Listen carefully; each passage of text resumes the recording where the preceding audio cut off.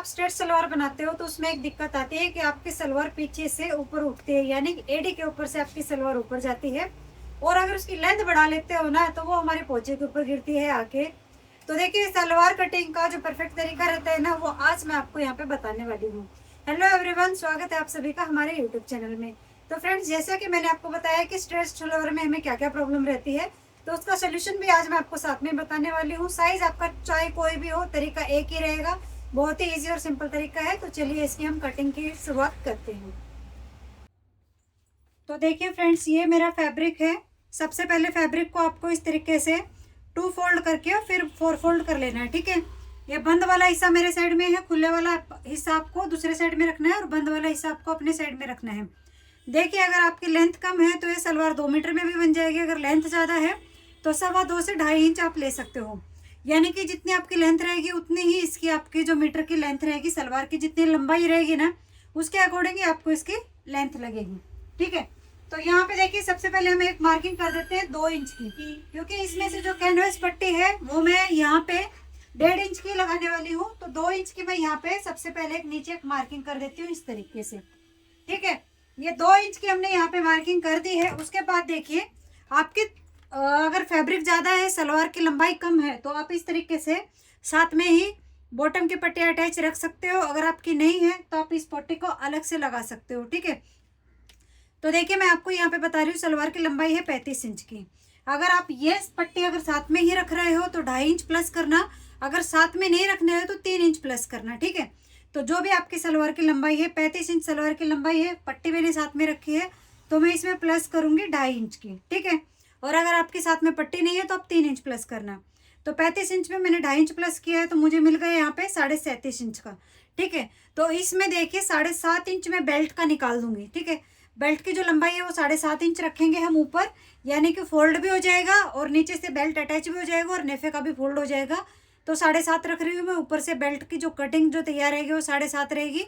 अगर आप चाहते हो तो 8 इंच भी रख सकते हो। तो ये 37.5 इंच है, 37.5 में से मैं माइनस कर दूंगी 7.5 इंच यानी बेल्ट के लिए। तो मुझे मिल गए यहाँ पे 30 इंच। तो ये वाली जो लाइन है ना, यहाँ से मैं मार्किंग करूंगी 30 इंच पे, ठीक है। इस तरीके से मैंने यहाँ पे 30 इंच पे एक मार्किंग की है। और यहाँ से देखिए, हम बना देते हैं एक सीधी लाइन। इस तरीके से यहाँ से हमने एक सीधी लाइन बना दी है। अभी देखिए, ये हो गया हमारा सिंपल वाली मार्किंग। लेकिन अभी मेन हमारा जो कारण आता है, यहाँ से हमारी जो सलवार है ना पीछे से ऊपर उठती है। तो वो क्यों उठती है, उसका एक रीजन है। अगर आपका साइज नॉर्मल है, यानी कि हिप साइज, तो मेरा यहाँ पे देखिए जो हिप साइज है वो है यहाँ पे हैवी साइज है, 48 जो हिप साइज है यहाँ पे उनका। तो हैवी साइज में मैं यहाँ से 2 इंच ऊपर जाऊंगी। अगर आपका साइज कम है तो आप यहाँ से 1.5 इंच भी ऊपर जा सकते हो। और हैवी साइज है तो 2 इंच। तो आपको ये किनारी वाला जो हिस्सा है ना, वहाँ से 2 इंच ऊपर जाना है, ये आपको ध्यान में रखना है, ठीक है। यहाँ से हम 2 इंच ऊपर गए हैं। फिर लेंगे आसन के लिए मार्किंग। आसन में रख रही हूँ यहाँ पे 10.5 इंच का। इस तरीके से 10.5 इंच पे एक मार्किंग की है।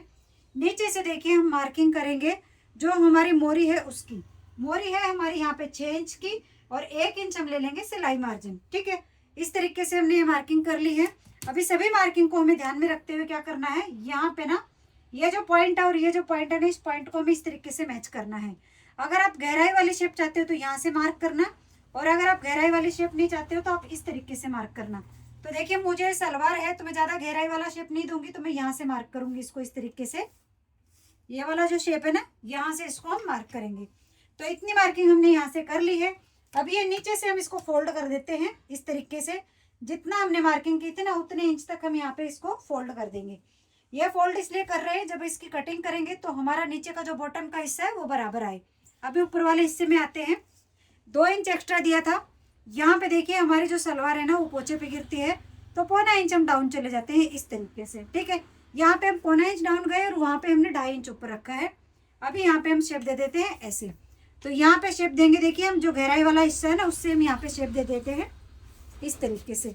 तो अभी यहाँ पे देखिए पॉइंट नहीं बनेगा, आपकी जो प्लेट है वो भी परफेक्ट तरीके से आएगी।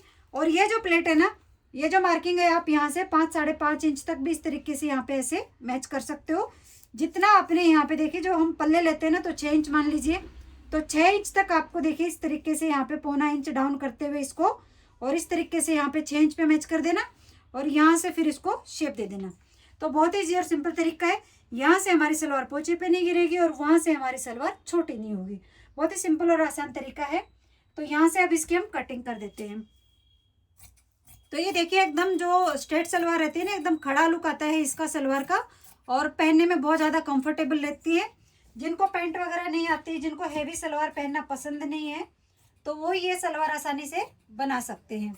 अभी यहाँ से देखिए हमने कटिंग कर ली है। अगर आपके पास फैब्रिक कम है, इतना बेल्ट के लिए नहीं बचता, तो आप यहाँ से दोनों पार्ट्स को ज्वाइंट करके बेल्ट बना सकते हो इस तरीके से। तो आपका यहाँ से भी बेल्ट निकल आएगा। और अगर आपके पास इस तरीके का फैब्रिक एक्स्ट्रा बचा हुआ है तो आप वहाँ से बेल्ट निकाल सकते हो। एक कट हम यहाँ पे लगा देते हैं।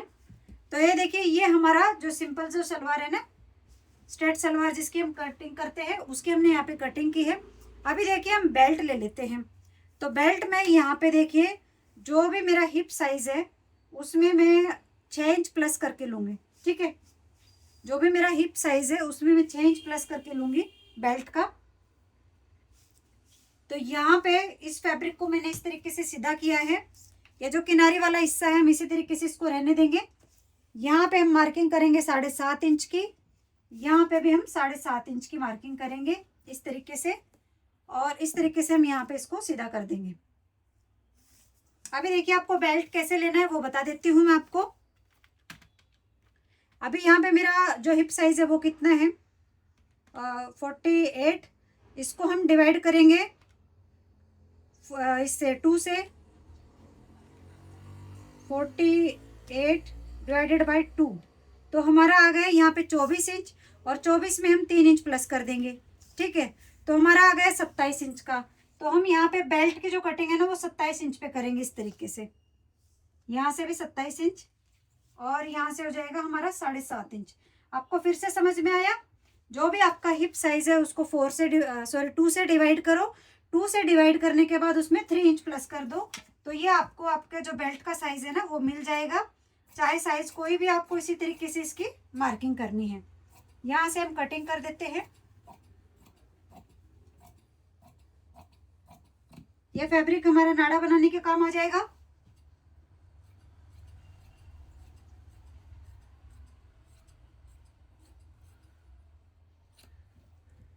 तो देखिए ये हमने यहाँ से कटिंग कर दी है। अभी ये जो फैब्रिक बचा है इसमें से हम मियानी की कटिंग करेंगे। ठीक है, अब जो साइड से जो हमारे और एक जो कपड़े बचे हैं ना उसमें से भी मियानी की कटिंग कर सकते हो। तो यहाँ से मैं कर लेती हूँ मियानी की कटिंग। ये जो किनारी वाले हिस्से हैं इनको मैं यहाँ पे ले लेती हूँ। इस तरीके से हमें ट्रायंगल में फोल्ड करना है।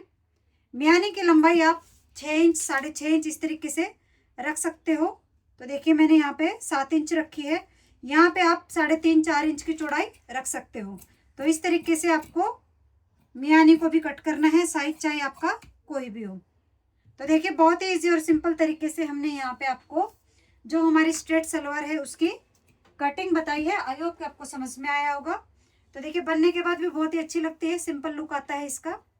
और इसकी जो प्लेट है वो सामने में 6 या 7 इंच पे गिरती है और पीछे इसमें 2 ही प्लेट आती हैं।